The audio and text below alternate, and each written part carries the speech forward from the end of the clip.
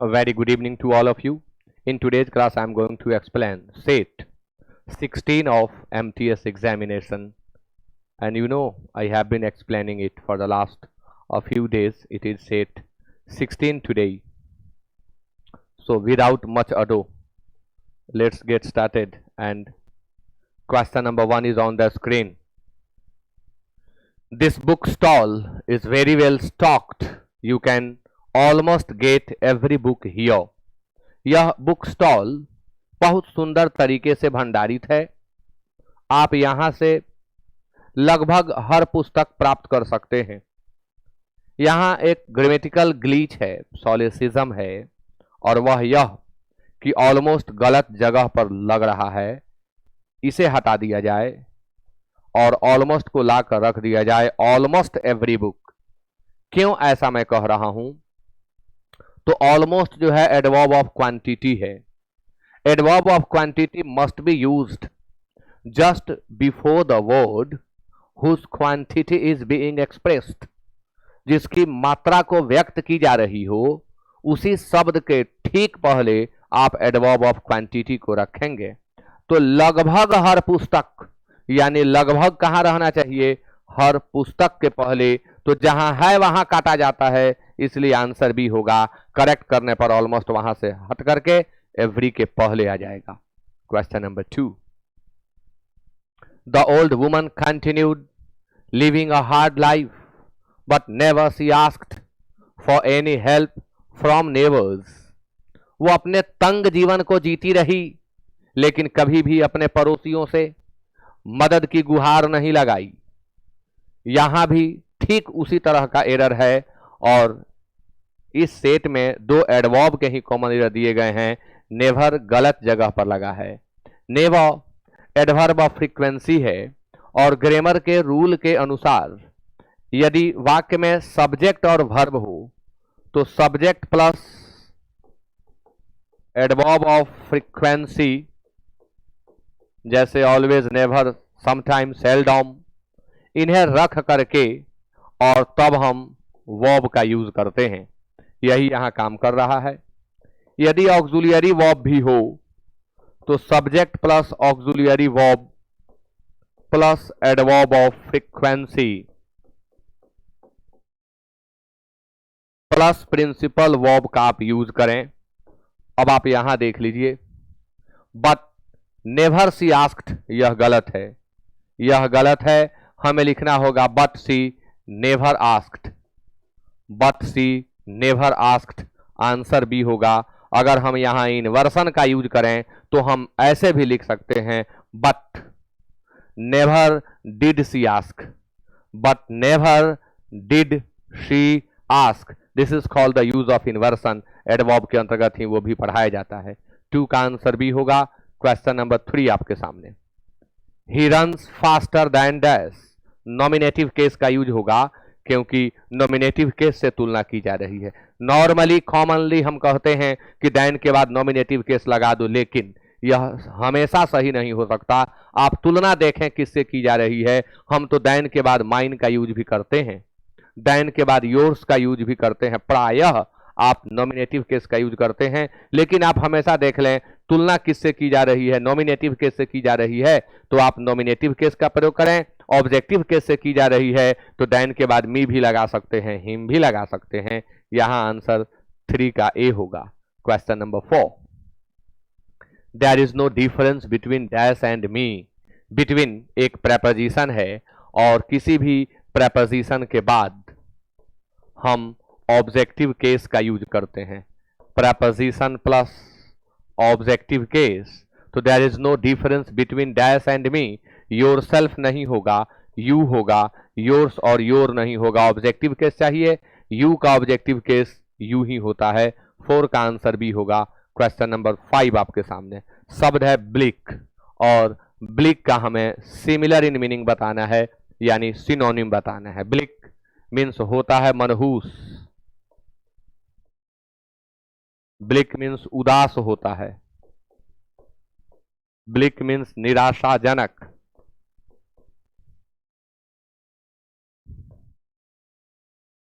Comfortable,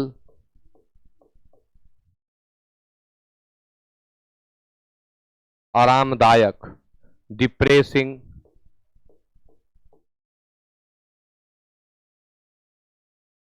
निराशाजनक, pleasant, आनंददायक या सुखद, आनंददायक या सुखद, और ब्राइट, चमकीला। तो ब्लीक, ब्लीक शब्द के लिए यहां हमें डिप्रेसिंग देना होगा। 5 का आंसर बी होगा। क्वेश्चन नंबर 6 आपके सामने शब्द है कैओस। कैओस का भी हमें सिनोनिम ही बताना होगा। यहां तो हेडिंग गायब है। कैओस, इसके पहले वाले में हेडिंग होगा। हाँ, 5 to 7 के लिए यह हेडिंग है, ठीक है। कैओस मीन्स होता है अराजकता, अराजकता। इसका सिनोनिम होता है lawlessness, anarchy, disorder. Order quite mixup, normality. तो यहां मिक्सअप होगा यानी हौच पौच की स्थिति।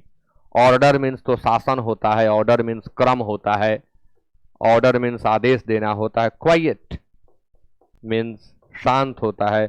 मिक्सअप का अर्थ यहां हौच पौच है यानी सब घोलमाल। नॉर्मैलिटी, साधारण जनजीवन।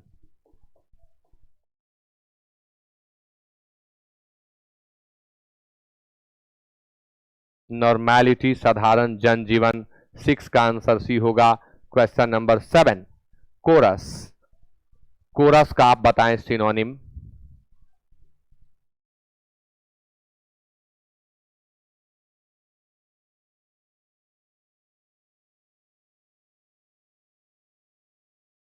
कोरस मीन्स सामूहिक गीत, जहां ग्रुप में लोग गाते हैं वह कोरस कहलाता है।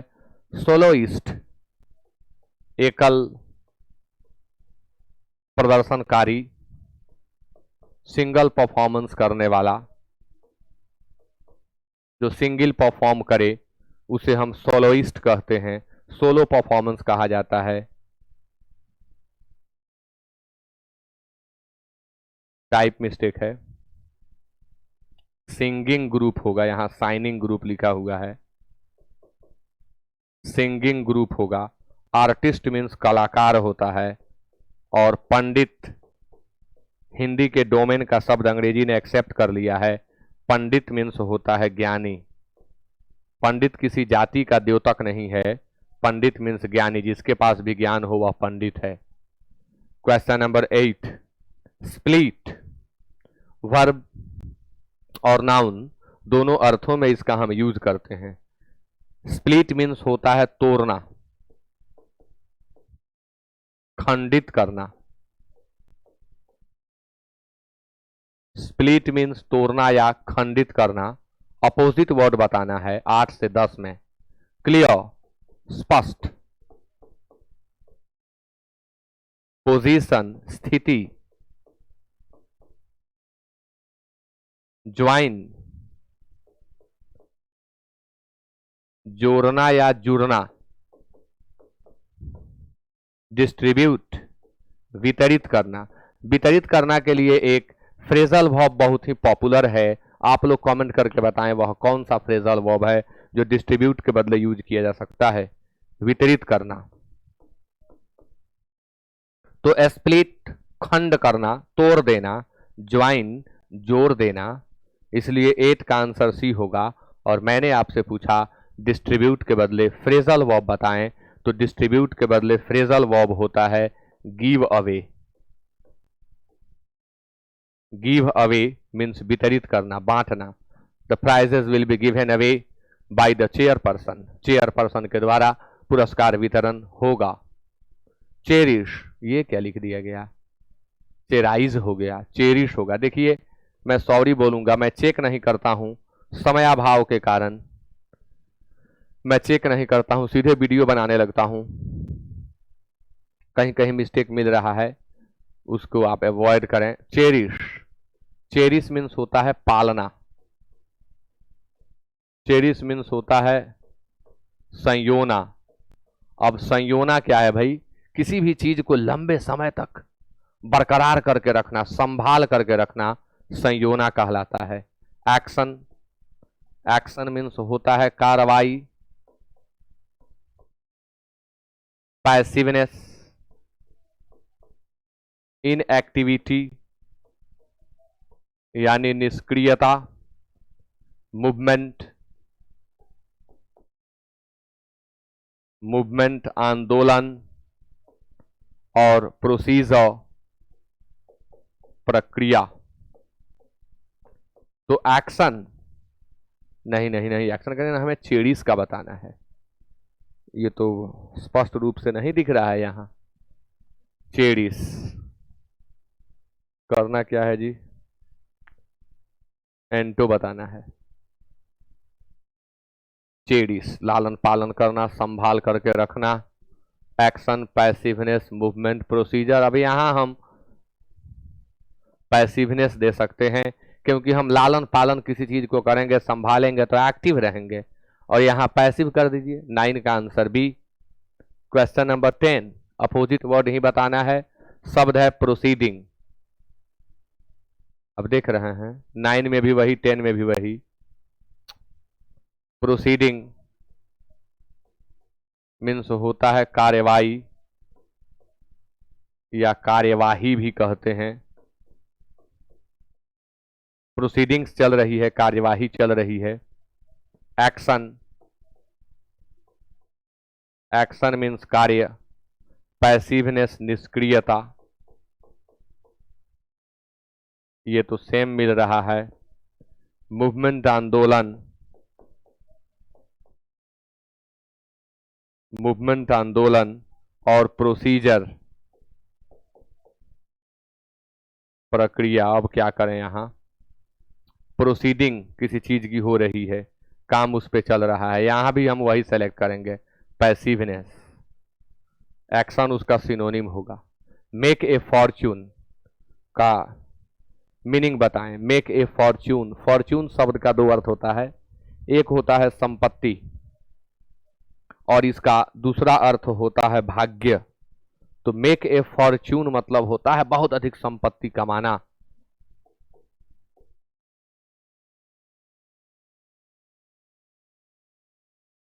बहुत अधिक संपत्ति अर्जित करना, मेक मनी आप कह सकते हैं। To become rich, boasting, unavoidable, reviving leisurely. Boasting डींग हाँकने का काम, अनअवॉइडेबल जिससे हम बच नहीं सकें यानी इनएविटेबल। अनअवॉइडेबल का सिनोनिम होता है इनएविटेबल, जिसे हम बच न सकें वह इनएविटेबल है या अनअवॉइडेबल है। बोस्ट डींग हाँकना। अगला ईडीएम आपके सामने है क्राई डाउन, फ्रेजल वर्ब है यह, क्राई डाउन। और इस फ्रेज का आपको मीनिंग बताना है क्राई डाउन का। क्राई डाउन मीन्स होता है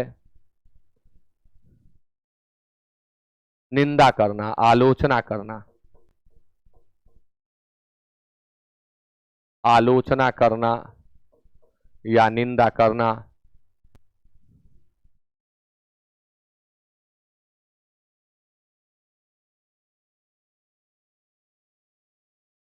मजबूरी में आंसर ए देंगे, लेकिन शब्द आपको मैं समझाना चाहूंगा।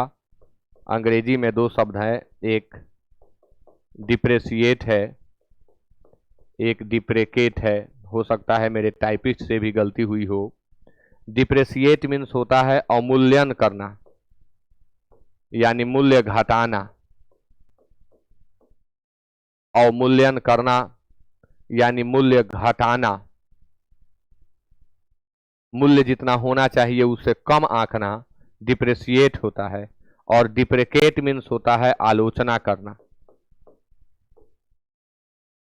तो यहां पर डिप्रेशिएट नहीं डिप्रेकेट चाहिए, आंसर ए होगा। जिलसी, ईर्ष्यालु, जिलसी, एनवियस, एनवियस, malicious, malevolent। अगला क्वेश्चन 13 में the jury were divided in its decision, Yeats को ब्रैकेट में दिया गया, यानी इसे इंप्रूव करना है आपको। कलेक्टिव नाउन के अंतर्गत नाउन ऑफ मल्टीट्यूड पढ़ाया जाता है, या कुछ लोग नाउन ऑफ मल्टीट्यूड न पढ़ा करके कलेक्टिव नाउन में ही इस रूल को बता देते हैं। कलेक्टिव में कुछ ऐसे वर्ड्स हैं जिनके साथ सिचुएशन के आधार पर सिंगुलर और प्लुरल दोनों का यूज किया जाता है, सिंगुलर और प्लुरल वर्ब दोनों का यूज किया जाता है, जिसमें जूरी है, गवर्नमेंट है, parliament, orchestra, family, audience, class, army and many more. तो ज्यूरी, मैं टेक्निक बताता हूं कि इनके साथ आगे इट्स लगा हो तो सिंगुलर वर्ब लगाएं, आगे देयर लगा हो तो प्लुरल वर्ब लगाएं, लेकिन इसमें उल्टा किया हुआ है तो वही ट्रिक काम कर जाएगा। यहां वर्ब सुधारना नहीं है, पजेसिव एडजेक्टिव को सुधारना है, यानी डिटर्मिनर को सुधारना है, तो डिटर्मिनर प्लुरल होगा। ऐसे भी बताया जाता है कि ये ग्रुप यदि यूनाइटेड हो तो सिंगुलर वर्ब, डिवाइडेड हो तो प्लुरल वर्ब। अगला क्वेश्चन आपके सामने, एवरीबॉडी वॉज देयर एक्सेप्ट मी, मेरे अलावे वहां हर कोई था, तो कोई एरर नहीं, एक्सेप्ट एक प्रेपोजिशन है और प्रेपोजिशन के बाद ऑब्जेक्टिव केस आता है, कहीं इंप्रूव करने की जरूरत नहीं है। Question number 15, flesh eater, flesh eater comment करें आप लोग, flesh eater, herbivore, carnivore, omnivore और पिस्सीवोर। अच्छा, कभी वोर देखते हैं, कभी वोरस देखते हैं, अंतर क्या है कमेंट करके बताइएगा। फ्लैश ईटर मीन्स होता है मांसाहारी, हर्बीवोर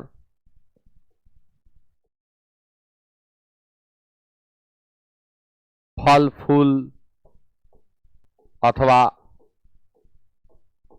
वनस्पति खाने वाला,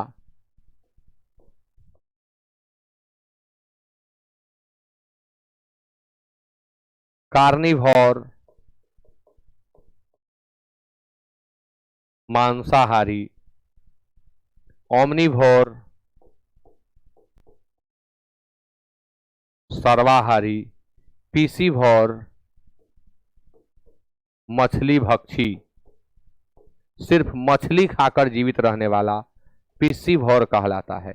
तो फ्लैश, फ्लैश मतलब होता है मांस, इसलिए कार्निवोर होगा। मैंने जो पूछा था आपसे, जहां भी वोर और वोरस मिलता है तो आप यही समझें वोर नाउन है और वोरस इसका एडजेक्टिव है। This is the difference. Question number 16, one who prescribes medicine, वह जो दवा को प्रिस्क्राइब करता है उसे क्या कहते हैं? दवा को प्रिस्क्राइब करने वाले को ऑप्टिशियन, पॉलिटिशियन, ब्यूटिशियन और फिजिशियन। ऑप्टिशियन उसे कहते हैं जो चश्मा साज कहलाता है, यानी जो चश्मे को बनाता है, साथ साथ आई साइट का चेकअप भी करता है, उसे हम ऑप्टिशियन कहते हैं, चश्मा साज। पॉलिटिशियन से तो आप परिचित हैं भली भांति, ब्यूटिशियन से तो आप खूब परिचित हैं, फिजिशियन होगा, औषधि विशेषज्ञ कहते हैं इसको, फिजिशियन को। 17,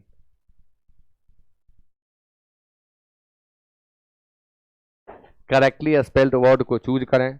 शब्द है सफरिंग, सफरिंग, सफरिंग मीन्स कष्ट, सफरिंग मीन्स कष्ट। 17 का बी होगा। 18, करेजियस,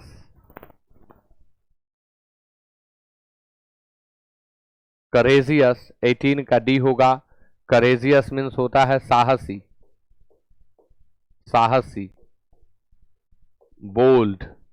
इसका एंटोनिम होता है कोवर्ड, टिमिड, क्रेवेन।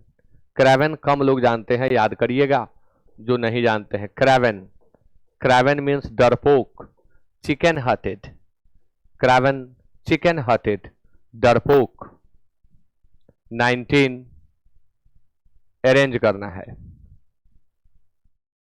19 में है मॉडर्न ईमेल, इंटरनेट और other computer networks operates across the. अब देखिए अदर शब्द जो है ना अपने बाद हमेशा प्लूरल नाउन लेता है और अनदर अपने बाद हमेशा सिंगुलर नाउन लेता है। यानी यह अदर कह रहा है कि पी के बाद क्यू होगा। तो modern email operates across the internet और अदर कंप्यूटर नेटवर्क्स, यानी आरपीक्यू डी में है, आंसर 19 का डी। क्वेश्चन नंबर 20 आपके सामने। द मोस्ट फ्राइटनिंग मीन्स होता है भयावह, फ्राइटनिंग मीन्स डरावना, थ्रेटनिंग फ्राइटफुल डरावना। तो द मोस्ट फ्राइटनिंग, अब फ्राइटनिंग एडजेक्टिव है तो नाउन चाहिए, नाउन कहां है तो यहां है। The most frightening aspect of malnutrition, कुपोषण, कुपोषण का सबसे भयावह रूप क्या है? Is that it is likely to cause permanent brain damage. कुपोषण का सबसे भयावह रूप यह है कि यह संभावना बनी रहती है कि कुपोषित बच्चा का ब्रेन परमानेंट डैमेज हो सकता है। क्रम QPR हो रहा है और QPR C में दिया हुआ है। क्लोज टेस्ट आपके सामने। A mother is the most dash person in the life of everyone, in the life of everyone about which we cannot dash completely in words। हर किसी के जीवन में माँ डैश पर्सन होती है जिसके बारे में हम शब्दों में पूर्णतः नहीं कर सकते। क्या नहीं कर सकते? माँ सबसे डैश पर्सन होती है प्रिकैरियस। प्रिकैरियस मीन्स तो होता है संकटपूर्ण, खतरनाक, डेंजरस, ये तो होगा नहीं। प्रीशस बहुमूल्य, पोएटिक काव्यमय, और डिपेंडेंट निर्भर। मां को हम मूल्य की सीमा में नहीं बांध सकते, मूल्य की सीमा से परी होती है मां। मोस्ट प्रीशस शब्द कम पड़ जाएंगे मैं कहूं अगर मां के बारे में बोलना है तो, और वही यहां भी कहा गया है कि a mother is the most precious person in the life of everyone. हर किसी के जीवन में अगर कोई सबसे मूल्यवान चीज है, सबसे अधिक महत्व दिया जा सकता है तो वह मां है, और हम उसका वर्णन पूर्णतः नहीं कर सकते शब्दों में, तो वर्णन करने का शब्द चाहिए, इसलिए डिस्क्राइब होगा। हम डिस्क्राइब नहीं कर सकते शब्दों में, मां के महत्व को हम बयां नहीं कर सकते। However some of the dash moments with our mother can be described. लेकिन हाउ इवर मीन्स लेकिन, फिर भी, हालांकि, लेकिन some of the dash moments with our mother can be described. Some of the dash moments, कैसे moments? Some of the valueless, valuable, filtered और checked. क्या दीजिएगा आप? वैल्यूएबल, क्योंकि पहले आपने प्रीशस दिया है। मां के साथ बिताए हुए कुछ बहुमूल्य पल का हम वर्णन कर सकते हैं। A mother is that most beautiful and caring person in our lives. मां हमारे जीवन में सबसे सुंदर और सबसे अधिक केयर करने वाली व्यक्ति होती है।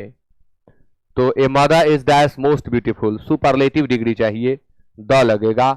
Is the most beautiful and caring person, grammar के यहां टांग को तोड़ दिया गया है। ग्रामर हमें सिखाता है कि किसी नाउन की विशेषता में अगर हम एक से अधिक एडजेक्टिव यूज कर रहे हैं तो सभी एडजेक्टिव एक ही डिग्री में होने चाहिए, अलग अलग डिग्री में नहीं। यहां इन्होंने सुपरलेटिव डिग्री का यूज किया और यहां ये पॉजिटिव डिग्री लगा दिए। यहां ग्रामर के नियम को तोड़ दिया गया। यहां भी मोस्ट चाहिए, द नहीं चाहिए, द रिपीट नहीं करेगा, लेकिन सुपरलेटिव डिग्री ही चाहिए। And most caring person in our lives, 24 का आंसर द होगा। अब लास्ट में 25 बचा हुआ है। She always cares every moment for our every need with her any dash intention, मां हमारे हर ख्वाहिश की, हर जरूरत की, हर पल प्रयास करती है पूरा करने की, ध्यान रखती है हमारे सभी जरूरतों का। With her any dash intention, और इसमें उसका अपना कोई पर्सनल इंटेंशन भी नहीं होता है, यानी कोई उसका अपना निजी इरादा नहीं होता। कस्टमाइज्ड का मतलब होता है जिसको हम अपने जरूरत के अनुसार ढाल लिए हैं, जरूरत के अनुसार बना लिए हैं, वह कस्टमाइज्ड होता है। तो पर्सनल नीड, पर्सनल इंटेंशन मां का कुछ नहीं होता है, यानी वो निस्वार्थ, बिना किसी स्वार्थ के हमारा केयर किए जाती है। In the morning she calls us very softly to get a rise from the bed, and during the night she tells us lovely stories to make us sleep with a beautiful dream. सुबह सुबह अपने मधुर वाणी से हमें जगाती है और शाम को फिर हमें अपने मधुर लोरी से सुला देती है। ब्यूटीफुल ड्रीम हमें स्वप्न में मिलते हैं क्योंकि हमारी नींद अच्छी होती है। तो 25 का आंसर डी होगा। मां के महत्व पर यह पैराग्राफ लिखा गया और सेट 16 को मैंने कंप्लीट किया। मैंने मिशन एक लिया है कि कंप्लीट कराऊं अजय सिंह सर की किताब को, तो आप सभी का सपोर्ट बना रहे ताकि मैं इसे कंप्लीट करा दूं। Okay, thank you so much for being with me till the end of the class and good night.